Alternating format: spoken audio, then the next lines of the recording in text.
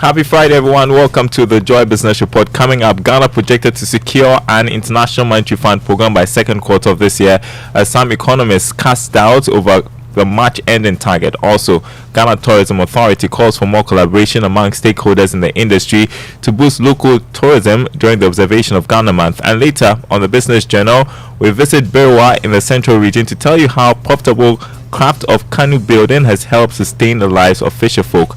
Details coming up.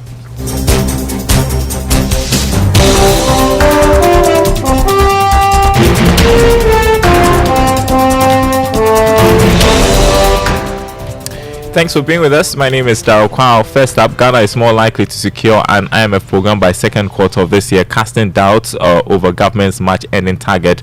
Those are the views of some economists and analysts who have been speaking on PM Express Business Edition. They argued it would be difficult for government to achieve all the pre-program conditions to secure board approval by the end of this month. Dr. Theo Echampong is one of those economists. Some of the data information and the assessment we're privy to, I think it's probably where you're talking May, thereabouts, in a best case scenario. The reason is that it's one thing restructuring your domestic debt, which is covered under your local law, and it's another thing with external debt. And trying to coordinate those interests within the time frames that the Ghanaian government is talking about is extremely tight one. Partner at accounting firm Deloitte Yaolate, who was also on the program, believes government must change its communication strategy now. I've seen other analysts. I've been reading the economic intelligence report, and they put it mid-2023. So it is easier to say that is June 2023. Wow. You will achieve, because it's overly ambitious to say the first quarter of the year, particularly when you have some other revenue measures that you have to put in place to secure a program. And the parliament that we have is not the parliament that we had when we went for other IMF programs. Two programs. You could actually pass a lot of these policies and programs, get them approved under certificate of agency. Now you can't do that. Yaolate is partner at accounting firm Deloitte, and there is a repeat of that discussion on the Joy News channel at 11 this morning. Don't miss it. Now, the Ghana Tourism Authority says it will step up measures to ensure a boost in domestic tourism. This, the authority says, will help revitalize the livelihoods of locals as well as bolster the local government's funds. Speaking to Joy Business at the launch of a new partnership and project between Adanse Travel Company and Enterprise Insurance Limited, Chief Executive Acquah called for more partnership with various stakeholders in the tourism industry. You see the Easter celebration also picking up. Then you have your summer months where Pana Fest, Emancipation is coming. That will dovetail into our tourism month of September and then eventually into December and January. So we have like a quarterly plan of activities that we do. But we've taken the feedback. People are saying that, look, Ghana, you have 24/7 sun all year round. Why don't you do more? So we are going to do more, but we need partners. And that's why we're excited when we get invited to come and network with the operators and work with people like Adanse Travels and Enterprise Insurance. Acquah, Chief Executive of the Ghana Tourism Authority. The Pro-Vice Chancellor of the Ghana Telecom University, Professor Robert Hinsing, has said that building the right customer experience will be critical in ensuring the sustainability of the African Continental Free Trade Agreement. According to him, SMEs could collapse if they fail to build a resilient customer experience routine, which will capture the needs of customers and ensure their satisfaction. He has been speaking on Joy Business Social. I hear about expansion in the African market. So my question was, where is the role of marketing and service excellence in this whole Africa Continental Free Trade discussion? Even if the borders exploded and I got an order from Richards Bay in South Africa and I'm sitting in Ghana, email, I don't respond. When you call, I don't respond. When I say I'll deliver on Tuesday, I deliver on Saturday. Why would they buy from me again? I have no standard operating procedures. I have no service level agreements. You will not be competitive if you don't build service routines into that your SME. Locally, you will flop. Internationally, you will flop. Because if you can't keep your customers happy, they won't keep spending with you. If they don't keep spending with you, you will not be profitable. If you are not profitable, you can't service the loan. If you can't service the loan, you will default. If you default, your company will die. Professor Robert Hinson there, Pro-Vice Chancellor, Ghana Telecom University. Now, the University of Ghana Business Innovation and Incubation Hub has received funding from RISA, a UK aid organization, to help bridge the research and innovation assimilation gap through capacity building in rural Ghana. To this end, some researchers and innovators are being trained to co-create manuals that will be essential for the implementation of the project in some 6 rural areas. Speaking to Joy Business, hub manager of the UGBS Innovation and Incubation Hub, Owusu-Aboagye, highlighted the benefits of the innovation to rural communities.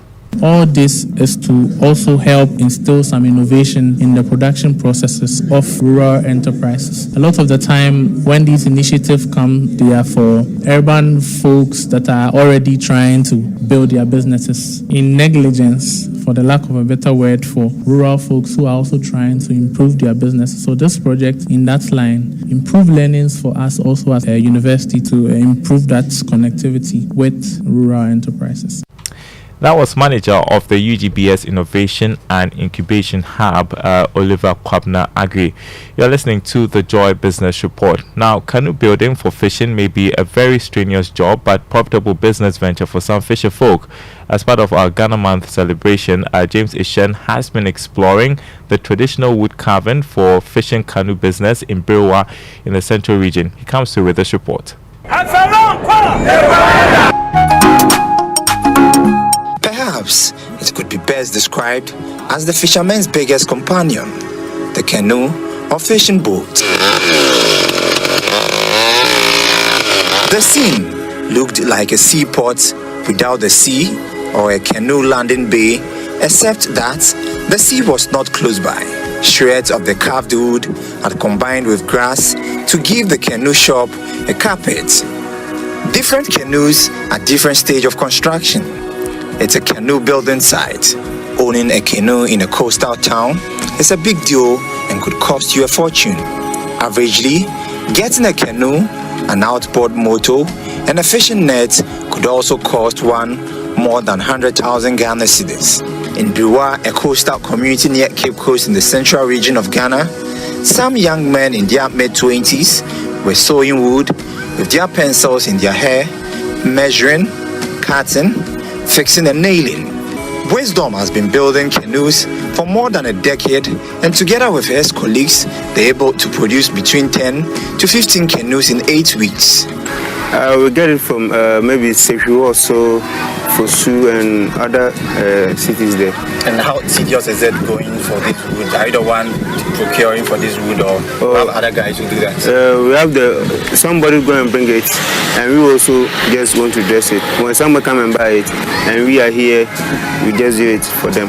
Work on the canoe begins when a client, usually a fisherman, contracts masters of the trade for a canoe. Sometimes the customers provide their raw material, basically wood, for the work to be done. Cost maybe the small size cost maybe 12,000, 15,000, and it's over. You mean cities? Yeah, in cities. As per newly released data by Future Market Insights, the fishing tourism sector is estimated at $78.5 billion in 2022 and is projected to reach $254.9 billion this year. Maybe as for us, when you bring them here, there's no people come and sack you or so on. As we are, it's our handicraft, so we did it here. He tells me there are some spiritual beliefs attached to his work.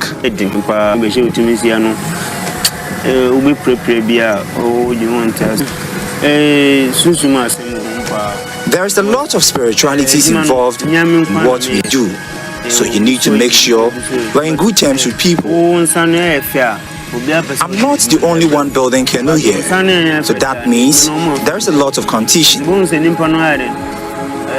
When people realize you're good, they turn to you to work on their projects. Due to that, it breeds a lot of hatred among your peers. So if you are an old one, so you hold it like this. The history of canoes dates back to time immemorial, and their invention can be traced to the ancient people who settled near water.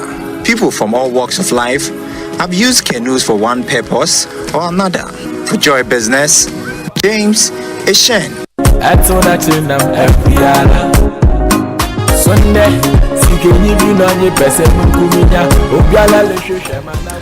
All right, and as we wrap up, let's check the markets for you. Let's begin with the commodity market. Crude oil gained marginally. It opened trading at $75 a barrel. Gold is selling at $1,930 an ounce after going up by more than $10. Cocoa went up by $72 to open trading at $2,680 a ton. On the currency market, the dollar going for 12 cedis, 60 pesos. I know Winston is interested in this. The pound going for 15 cedis, and the euro trading this morning at 13 cedis, 13 pesos. More news on our website, myjoyonline.com/business. What would be the proverb for the city's stability over the past few weeks? Hey, Dara, what be Sebi? I don't know. What did they? I don't know. So I don't know. What are they saying? I don't know. Amoah need you and Nanyamene Prani. Yeah, Amoah need you and Prano, you don't know that. I'm hearing that for the first time. What does that mean? Hearing that for the first time. Amoah need you. What does that mean?